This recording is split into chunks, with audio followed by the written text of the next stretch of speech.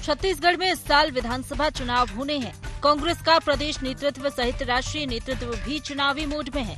लगातार बैठकों का दौर चल रहा है। कांग्रेस आलाकमान की दिल्ली में एक बैठक होने वाली है, जिसमें कांग्रेस के राष्ट्रीय अध्यक्ष मल्लिकार्जुन खड़गे, राहुल गांधी जैसे आला नेताओं के साथ सीएम भूपेश बघेल, प्रदेश प्रभारी कुमारी शैलजा सहित कांग्रेस के दिग्गज नेता शामिल होंगे। खास बात तो ये है कि इस बैठक में मंत्री ताम्रध्वज साहू, स्वास्थ्य मंत्री टीएस सिंहदेव और विधानसभा अध्यक्ष डॉक्टर चरण दास महंत भी शिरकत करेंगे। कल कुछ हमारे शीर्ष नेता, हमारे अध्यक्ष जी मल्लिकार्जुन जी खड़गे और राहुल जी मीटिंग लेंगे और उसमें स्टेट के कुछ सीनियर नेता भाग लेंगे और वहां पर जो चर्चा होगी उसके बारे में आपको बाद में हम बता देंगे। कल की बैठक जो हो रही है, इसके पहले भी चुनाव हो रहे हैं उन राज्यों की बैठक, मध्य प्रदेश के और राजस्थान के कांग्रेस के लोगों के साथ बैठक आदरणीय खड़गे जी के नेतृत्व में, राहुल जी की उपस्थिति में सब बैठक दोनों हुई। बीच में राहुल जी विदेश यात्रा पे गए थे, अभी आए हैं, तो बैठक फिर हो रही है। तो उसमें वहीं कांग्रेस की इस बैठक को लेकर सियासत गर्मा गई है। विपक्ष बैठक को कांग्रेस में अंतर कलह से जोड़ रहा है। विपक्ष का कहना है कि कांग्रेस में आपसी झगड़े चल रहे हैं, सिर्फ फुटबॉल की स्थिति बनी हुई है। झगड़े निपटाने के लिए लगातार बैठकों का आयोजन किया जा रहा है। देखिए, सभी राजनीतिक दल को अपनी बैठक और कार्यक्रम करने का अधिकार है, पर जैसा आपने कहा, जिस प्रकार से कांग्रेस के नेताओं में आपसी झगड़े चल रहे हैं, मुझे लगता है ये झगड़े निपटाने के लिए बैठक है। पर कांग्रेस में जिस प्रकार के सिर्फ फुटबॉल की स्थिति है और जनता में कांग्रेस को लेकर जो आक्रोश है, तो इससे कोई फायदा, कोई हल नहीं निकलने वाला है। कांग्रेस पूरी तरह से चुनावी मूड में है। पार्टी हर स्तर पर खुद को मजबूत करना चाहती है। यही वजह है कि लगातार बैठकों का दौर चल रहा है। लेकिन अब दिल्ली की बैठक कितनी असरकारक होगी, ये तो आने वाला समय ही बताएगा। रायपुर से IND 24 के लिए ब्यूरो चीफ निधि प्रसाद की रिपोर्ट।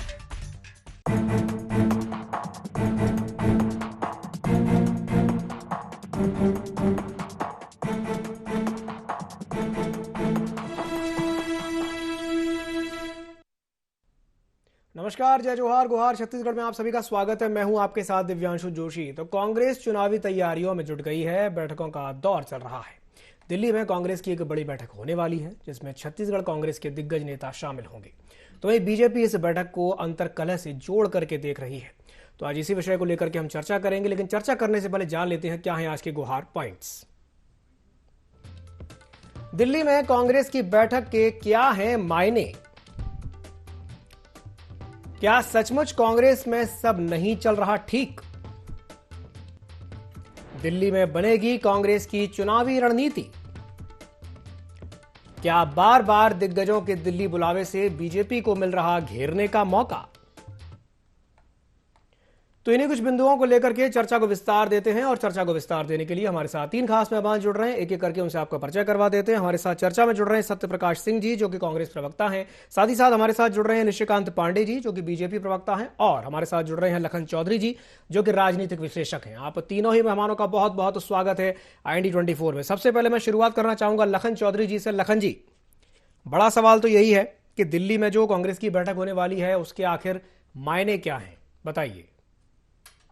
जी दिव्यांशु जी, देखिए, इसके मायने तो यही है कि कांग्रेस में, छत्तीसगढ़ कांग्रेस में जो कुछ मतभेद की खबरें एक तरह से कहा जाए कि कुछ दिनों से आ रही हैं, उसको लेकर शायद इसमें जो है कुछ बातें होंगी, निपटारा इसका हो जाए तो कांग्रेस के लिए ज्यादा अच्छा है। क्योंकि याद होगा आपको कि छत्तीसगढ़ में जब कांग्रेस का राष्ट्रीय सम्मेलन हुआ था, उस समय से संगठन में कुछ जो है छुटपुट घटनाएं हुई थी, मतभेद की कुछ खबरें आई थी। फिर उसके बाद मोहन मरकाम जी को भी बदलने की कवायद के रूप में एक चर्चा चली थी।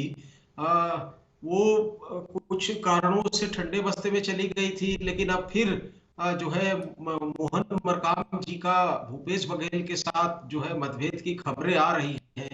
और शायद इसकी चर्चा भी होनी है। लेकिन देखिए, ये कोई बड़ा मसला नहीं है दिव्यांशु जी। देखिए, इस तरह के संगठन में या सरकार में, सत्ता में जो होती है, वो इस तरह की चीजें होती रहती हैं। भाई, भाजपा जब 15 साल सत्ता में थी तो भाजपा में भी इस तरह की चीजें होती थी। लेकिन महत्वपूर्ण बात यह है कि जो दिल्ली में जो बैठक हो रही है उसमें और भी बड़े कैबिनेट मंत्री गए हैं और राष्ट्रीय जो मुद्दे हैं उस पर भी चर्चा होगी। आने वाले समय में 2023 के विधानसभा चुनाव में क्या क्या जो है मुद्दे होंगे, घोषणा पत्र किस तरह से बनाया जाएगा, उन सब चीजों पर भी चर्चा होगी। तो केवल ये कहना कि अंतर्कलह है और कांग्रेस में जो है सिर फुटबल की स्थिति है, ये जो है सच्चाई नहीं है। सच्चाई ये है कि जहां पर भी इस तरह के सत्ता और संगठन एक साथ जब होते हैं तो जो है होता है। इसके पहले भाजपा में भी होता था, कई राज्यों में होता आया है। तो ये कोई बड़ा मसला नहीं है। मुझे लगता है कि ये कुछ दिनों में सॉर्ट आउट हो जाएगा और कांग्रेस इसको अच्छे से जो है समझा लेगी। ठीक है, चलिए लखन जी, आपकी बात पर मैं प्रतिक्रिया ले लेता हूं। पहले निशिकांत पांडे जी से लेता हूं, फिर उसके बाद मैं सत्यप्रकाश जी के पास आऊंगा। निशिकांत जी, लखन जी कह रहे हैं कि ये तो एक सामान्य सी बैठक है, इसमें इतना ज्यादा कुछ बोलने वाला कुछ है नहीं है, क्या कहेंगे इस पर? लखन जी का अपना एक आकलन होगा, वो काफी अनुभवी व्यक्ति है, वरिष्ठ भी हैं, उनका आकलन एक अलग तरीके से हो सकता है। विषय क्या है, देखिए, भूपेश बघेल जी जो है प्यादे से वजीर का शिकार करते हैं। आपको याद होगा जोशी जी शायद, कि जब शनिचर सिंह एक इनके विधायक हैं, ऐसे तो हैं बृहस्पति सिंह लेकिन कांग्रेस के लिए शनिचर है, शनिचर सिंह ने जब टी.एस. सिंहदेव पे हत्या का साजिश रचने का आरोप लगाया था, तो वो भी उस समय भी यही बात हो रही थी। अभी भी कुल मिला जुला के मोटा मोटी परिवेश वही दिख रहा है कि शैलजा जी के माध्यम से आदिवासी समाज से जो हमारे मोहन मरकाम जी आते हैं, उनके वजन को कम करने की कोशिश की जा रही है या उनको रास्ता दिखाने की कोशिश की जा रही है। हालांकि ये पूरा विषय जो है कांग्रेस का अंदरूनी मामला है और ये लगातार, चाहे केंद्र की बात हो, चाहे जिले की बात हो, चाहे राज्य की बात हो, ये हमेशा उफन के आता है। जब ये कोई विचारधारा नहीं होती है पार्टी की और सिर्फ सत्ता ही एक मतलब मंशा होती है, तो ऐसी स्थिति में ये विषय आते हैं। देखिए, हमारे यहाँ 15 साल की सरकार थी, लेकिन एक भी पार्षद तक दिल्ली नहीं गया था मुख्यमंत्री हटाने, लेकिन इनके 65 विधायक के साथ पार्षद और लाल बत्ती वाले लोग भी गए थे भूपेश बघेल जी की कुर्सी बचाने। फिर दोबारा यही कहीं कोई व्यवस्था तो नहीं बनाई जा रही है कि आखिरी में सीएम का चेहरा बदलने की कोशिश तो नहीं है। तो बहुत सारी बात है वो इनके अंदर खाने की है, वो जाए चिंतन भी करे, बात भी करे, लेकिन प्रदेश की जनता के हक को छीन के अगर आप राष्ट्रीय जाके मीटिंग कर रहे हैं तो वो भी विषय चर्चा का विषय बनता है। क्योंकि जो वादे किए थे उसके लिए भी जाके चर्चा करना आप वहां पे, कि हमने आपके सामने राहुल गांधी जी 3,000 करोड़ रुपया सालाना की बात की थी, हम नहीं कर पाए, तो क्या 10 जनपद को जो एटीएम के रूप में हमने पैसा दिया था वो पैसा वापस मिल जाएगा क्या, जो जनता को हम दे सकते बेरोजगारी भत्ता के नाम पे? तो ऐसी स्थिति बन सकती है क्या, वो भी चर्चा करे। आपके माध्यम से मैं निवेदन करना चाहूंगा सत्यप्रकाश जी से कि ये भी चर्चा किया जाए कि जनहित के जो मुद्दे थे और जो सरोकार थे, जो आपने घोषणा किया था, उस घोषणा पे भी बात करेंगे क्या वहां? जी जोशी। ठीक है, सत्यप्रकाश जी क्या कहेंगे निशिकांत जी की बात पर? देखिए दिव्यांशु जी, सबसे पहले तो मैं बोलूंगा कि अब चुनाव नजदीक है, हर पार्टी तैयारी कर रही है, उसी की तैयारी के लिए मीटिंग रखी गई है और इससे पहले भी डेट रखा गया था, वह किसी कारणवश स्थगित हो गई थी। पहली बात। दूसरी बात, एमपी के नेताओं के साथ मीटिंग हो चुकी है, राजस्थान के नेताओं के साथ भी हो चुकी है, तो इसमें नया क्या है भाई? सबसे बड़ी बात, इसमें नया क्या है? इसमें मेरे को तो कुछ नया नहीं लग रहा कि भाई चुनाव नजदीक है, उसमें बैठक हो रही है, तैयारी हो रही है, वहां पे भूपेश बघेल जी है, मोहन मरकाम जी है, चरणदास महंत और भी तमाम नेता गए हैं, वो अपनी चुनाव के हिसाब से तैयारी कर रहे हैं और केंद्र के जो हमारे वरिष्ठ नेता है वो भी अपने गाइडेंस, अपने सुझाव वहां पे रखेंगे कि प्रदेश में किस तरफ से चलना है, आगे बढ़ना है चुनाव के तहत, चाहे विधानसभा हो चाहे लोकसभा हो। तो इसमें नया क्या है? देखिए दिव्यांशु, सबसे बड़ी बात मैं बोलूंगा कि पिछले 4 साल में बीजेपी ने यहाँ पे अपना जो विपक्ष धर्म है वो तो निभाया नहीं है, अच्छे से निभाया नहीं, जनता के बीच में गए नहीं, अभी जा रहे हैं। तो क्या है, बैठे बैठे इनको वो टीवी से थोड़ा ज्यादा ही देखने लगे हैं, तो उसकी वजह से क्या है, अपने घर में आग लगी उसको इनको ध्यान नहीं है, मगर दूसरे के घर में ताक झांक करने को ज्यादा जरूरी हो रहा है। पहली बात। दूसरी बात, मैं एक बात बोलूंगा, देखिए मैं दिव्यांशु बहुत ही सम्मान के साथ में बात एक रखूंगा कि मैं बहुत सारे टीवी चैनल में बैठ रहा हूँ, डिबेट में बैठता हूँ, मगर निशिकांत पांडे जी की ये बात मेरे को हमेशा रहती है, मैं इनको नहीं बोलता हूँ कि इनके जैसी अमर्यादित भाषा कोई इस्तेमाल नहीं कर रहा है। इनके सम्मानीय प्रवक्ता लोग मेरे साथ बैठते हैं, मैं हर किसी का सम्मान करता हूँ, और ये जिस हिसाब से हर बार बोलते हैं, मैं इनको नहीं बोलता हूँ मगर आज मेरे को बोलना पड़ेगा। ये जो ATM और ये 10 जनपद, जो अमर्यादित भाषा जो इस्तेमाल करते हैं, इनको थोड़ा सीखना चाहिए कि डिबेट में कैसे बात किया जाता है, डिबेट में कैसे शब्दों का इस्तेमाल किया जाता है। तो निशिकांत जी, पहले आप उसके ऊपर ध्यान दीजिए, उसके बाद डिबेट में बैठिए। और देखिए, एक बात और मैं बोलूंगा, ये बात कर रहे हैं अपने 15 साल की बात क्यों नहीं कर रहे हैं? लखन चौधरी जी यहाँ बैठे हुए हैं, उन्होंने तो याद दिला दिया इनको। और एक और बात अभी की मैं बता देता हूँ, विपक्ष में रहते हुए इनके केंद्र के नेता यहाँ आते हैं, यहाँ क्या करने आते हैं? घूमने फिरने आते हैं। रमन सिंह जी 15 साल मुख्यमंत्री रहते हैं, उनको पूछा नहीं जाता है, वो दौरा पे नहीं जा सकते बिना केंद्र के नेताओं बताए हुए। और सबसे बड़ी बात हिमांशु, ये सोचने वाली बात है, जिस 15 साल का ये ढिंडोरा पीटते हैं कि हमने 15 साल में ये किया वो किया, उसी 15 साल के जो दूल्हे थे कथाकथित रमन सिंह जी, जो अभी राष्ट्रीय उपाध्यक्ष है, जो दूल्हे थे उनको साइड कर देते। तो भाई आपने काम जो अगर किया है तो उस दूल्हे के सामने क्यों नहीं लेके आ रहे हो? बड़ा सवाल। सबसे बड़ी बात वही है। और एक और बात मैं बोलूंगा, इनके असीर फुटबॉल की वजह से ही तो दूल्हा सामने नहीं आ रहा है। ब्रिजमोहन जी अलग अपनी बारात लेके घूम रहे हैं, मूनत जी अलग लेके घूम रहे हैं, फिर रमन सिंह जी अलग लेके घूम रहे हैं। तो इनके यहाँ तो इतने सारे दूल्हे लेके घूम रहे हैं बारात की, ठीक है, इसी वजह से सर फुटबॉल की वजह से चेहरा सामने नहीं आ रहा है। तो वो पहले अपने घर देख ले, उसके बाद दूसरे घर के ताक जा करें। जी जी, निशिकांत जी क्या कहेंगे इस पर? पहले खुद का घर देखें, फिर दूसरों के घर में ताक झाक करें, क्या कहेंगे? सबसे पहले तो जो सत्यप्रकाश जी ने व्यक्तिगत टिप्पणी की, देखिए आप अपने भूपेश बघेल जी को देखिए, ये लड़की राजनीति मत कर, तेरा बाप कभी CM से बात किया है क्या? वैसे लोग हमको सिखाएंगे कि हमको क्या बात करना है। ठीक है, आपको बुरा लगा, अरे CM हाउस के बाद दिव्यांग जल जाता है और रमन सिंह जी बोलते हैं कि ऐसी घटना होती रहती है। मैं आपके बीच में नहीं बोला, हमको मत सिखाइए भाषा, हमको मत सिखाइए भाषा। यही बात बोला, मर्यादा वाली बात तो वही दिखाया ना। आपने व्यक्तिगत टिप्पणी की तो भी मैं खामोशी से सुनता रहा, ये तरीका है। और आप मुझे सिखाते व्यवहार, बताइए, सत्यप्रकाश जी लानत है, बताइए, लानत है। शर्म और नैतिकता की कोई बात ही नहीं है। बताइए, उल्टा चोर कोतवाल को डांटे। जोशी जी, जोशी जी, मैं नहीं कर पाऊंगा, मैं नहीं कर, सुन लीजिए जी जी, मैं नहीं कर पाऊंगा। ऐसे ओवरलैप करेंगे तो मैं नहीं कर पाऊंगा, बदतमीजी कहीं और दूसरी जगह करेंगे। विषय क्या है? इन्होंने बोला कि आप अपने घर को देखिए, ठीक है, हम अपने घर को देख रहे हैं, लेकिन एक चीज प्रदेश की जनता पूछ रही है कि अगर शनिचर सिंह ने हत्या का साजिश का आरोप लगाया था तो उस पर क्या कार्रवाई की गई? क्या TS सिंहदेव ने हत्या की साजिश का कार्य किया था या नहीं किया था? दोनों स्थिति में किसी एक पे कार्रवाई किया आपने? नहीं किया। प्रदेश में IAS और IPS को इनके छुटभैये नेता जाके मार दे रहे चप्पल, छुटभैये नेता मार दे रहे चप्पल, कार्रवाई करने की बात करते हो। बात क्या है? प्रदेश में जो जंगल राज आपने बनाया है, जो भ्रष्टाचार का बांगड़ बिलों को जेल में पहुंचाया ईडी ने, उन बांगड़ बिलों को संरक्षण किसने दिया? भूपेश बघेल जी के अलावा कोई था क्या यहाँ? भूपेश बघेल जी के नाक के नीचे CM सचिवालय में अगर इतना बड़ा भ्रष्टाचार हो रहा था तो CM भूपेश बघेल जी कर क्या रहे थे? हमारी शाब्दिक मर्यादा को छोड़ दो, प्रदेश की जनता के हक को लूटने वाले के लोगों को आप क्या कहोगे? जब आपने जो घोषणा किया था शराबबंदी का, आपने क्यों नहीं घोषणा को पूरा किया?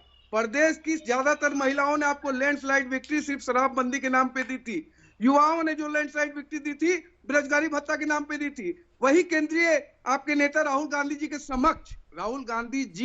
के समक्ष TS सिंहदेव जी ने 3000 करोड़ रुपए 10 लाख बेरोजगारी युवाओं की बात की थी, क्यों नहीं दिया आपने? और हम जनता की सवाल को आपके सामने रखे तो हम अमर्यादित थे, बाकी सारे प्रवक्ता ठीक है, मैं अमर्यादित हूँ।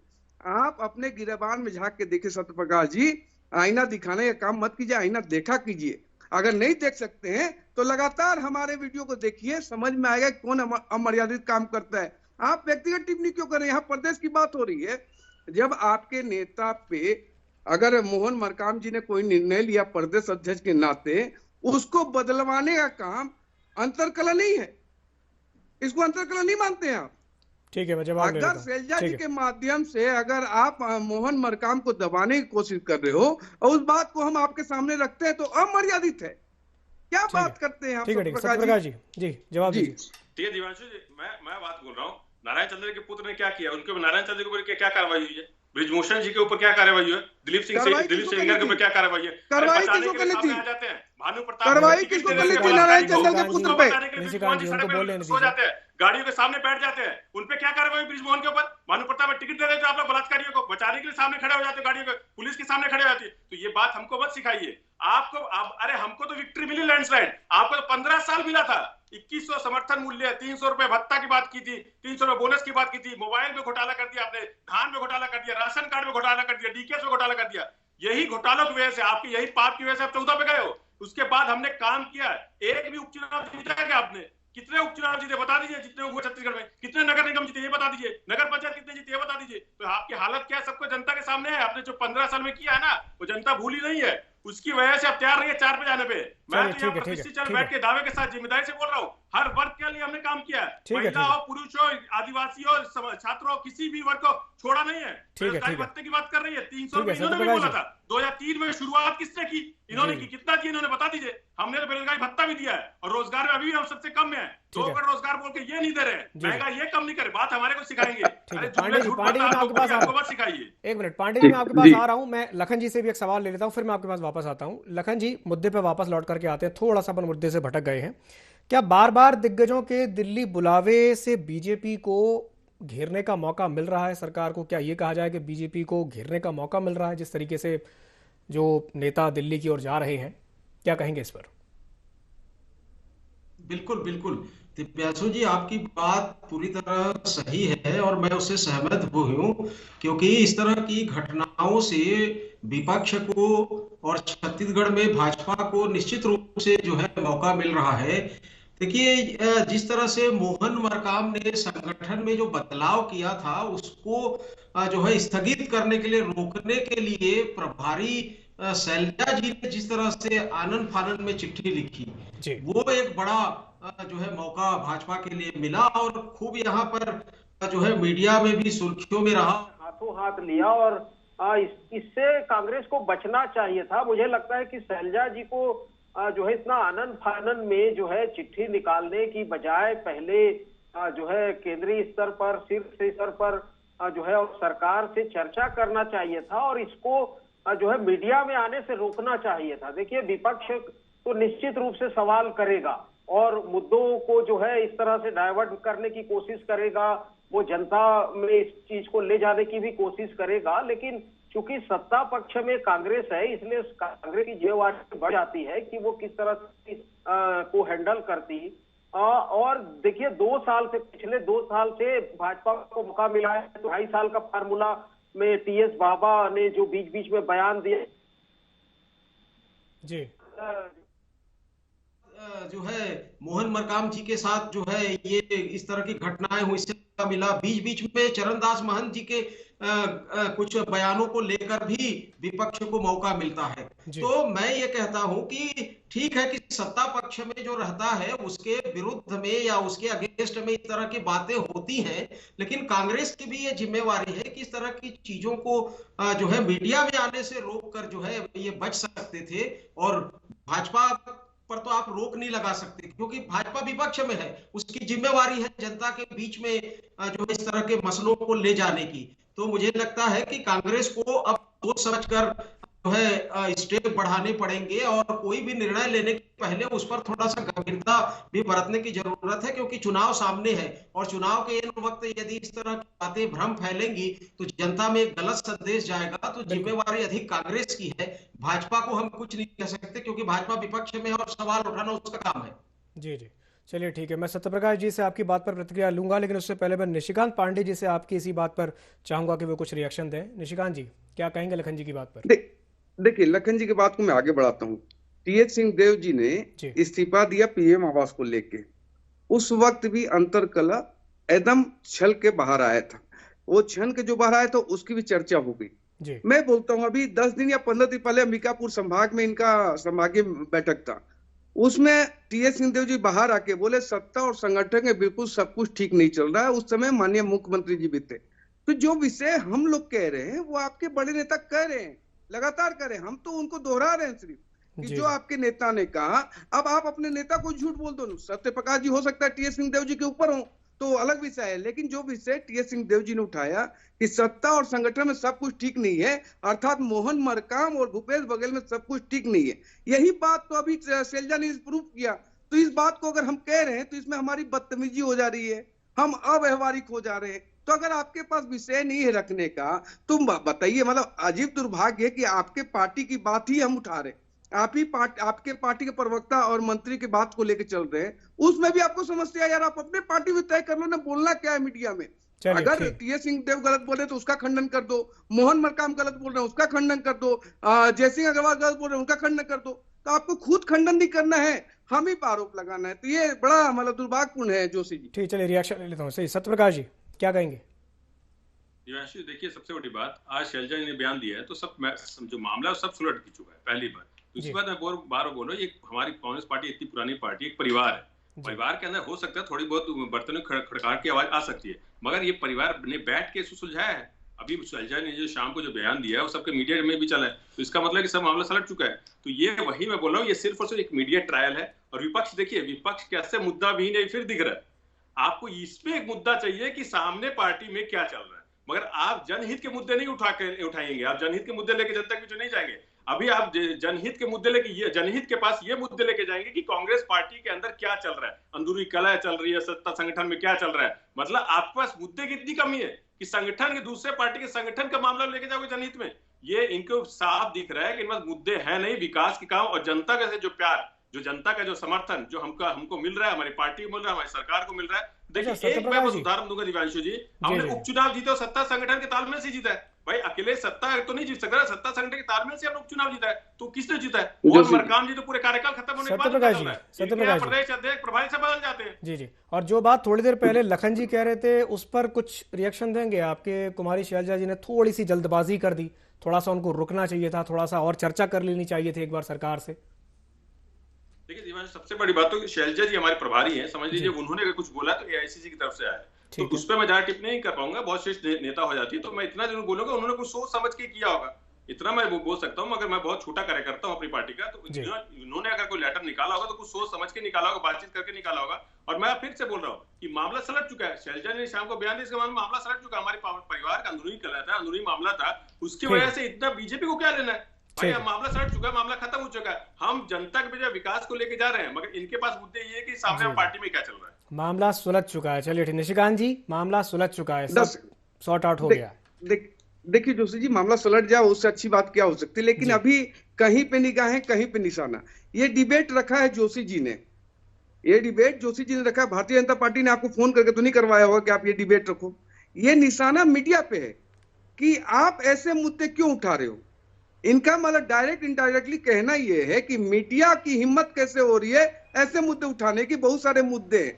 अरे हम तो लगातार मुद्दों पे काम कर रहे हैं। हम बेरोजगारी भत्ता पे काम किए, आंदोलन किए तो आपको बेरोजगारी भत्ता देने पर मजबूर किए। शराबबंदी की बात हम लगातार कर रहे हैं, वृद्धा पेंशन, विधवा पेंशन की लगातार बात कर रहे हैं, सिंचाई के रेट पे बात कर रहे हैं। जी निशिकांत जी, अरुण साव जब ये बयान देते हैं कि कांग्रेस में सिर्फ उटव्वल की स्थिति है या कांग्रेस में सब कुछ ठीक नहीं चल रहा है, तो इसमें मीडिया बीच में कहां से आ गया? इसमें मीडिया बीच में कहां से आ गया? ये तो बीजेपी कह रही है ना। मैं बता रहा हूँ जोशी जी, देखिए अरुण साहू जी के पास जाके आपके मीडिया के पर्सन जाके पूछे कि ऐसी ऐसी स्थिति है, तो उस पर उन्होंने अपना बात दे दिया। ये डिबेट को तय करने के लिए हमने तो आपको फोन किया नहीं होगा या अरुण साहू जी ने, या किया होगा क्या अरुण साहू जी ने, या कभी ऐसा हुआ है क्या? ये आप पे सीधा वो दे रहे हैं, लांछन लगा रहे हैं कि मीडिया को जरूरत क्या है। तो क्या बात है, प्रदेश की जनता पूरी स्थिति को देख रही है। समझ लीजिए 65 विधायक दिल्ली लेके जाए और उस पर चर्चा भी नहीं करे मीडिया। पार्षद तक को दिल्ली लेके जा रहे हैं सीएम कुर्सी बचाने के लिए, और मीडिया उस पर चर्चा करे तो गुनाहगार। तो ये तो गजीब तर्क है सत्यप्रकाश जी का कि क्यों मीडिया इस पर ट्रायल कर रही है। अभी यही उनका वर्डिंग था, मीडिया ट्रायल क्यों हो रहा है। तो जोशी जी मैं इसको एक्सप्लेन किया, बाकी अरुण साहू जी ने कहा वो मीडिया पर्सन के सवाल के जवाब में दिया। जी जोशी, ठीक है। सत्यप्रकाश जी आप कुछ कह रहे थे, जी बोलिए। जी मैं वही बोल रहा हूँ कि देखिए यही है इनका दुष्प्रचार। मैंने मीडिया के बारे में क्या बोला? देखिए इन्होंने बोला अरुण साहू जी के पास मीडिया गया, तो भाई अरुण साहू जी बोल सकते थे कि मेरे को कुछ नहीं बोला, उनका अंदरूनी मामला है। अरुण साहू जी क्यों बोल रहे हैं? प्रदेश अध्यक्ष को मतलब इतना दूसरी पार्टी में क्या चल रहा है वो बोलना जरूरी है उनको, और जनहित के मुद्दे नहीं बोल सकते हैं। ये सिर्फ देखिए, और सबसे बड़ी बात ये बोल रहे हैं दिल्ली जाने की। अरे पार्टी के अंदर विधायकों को तोड़ के उनको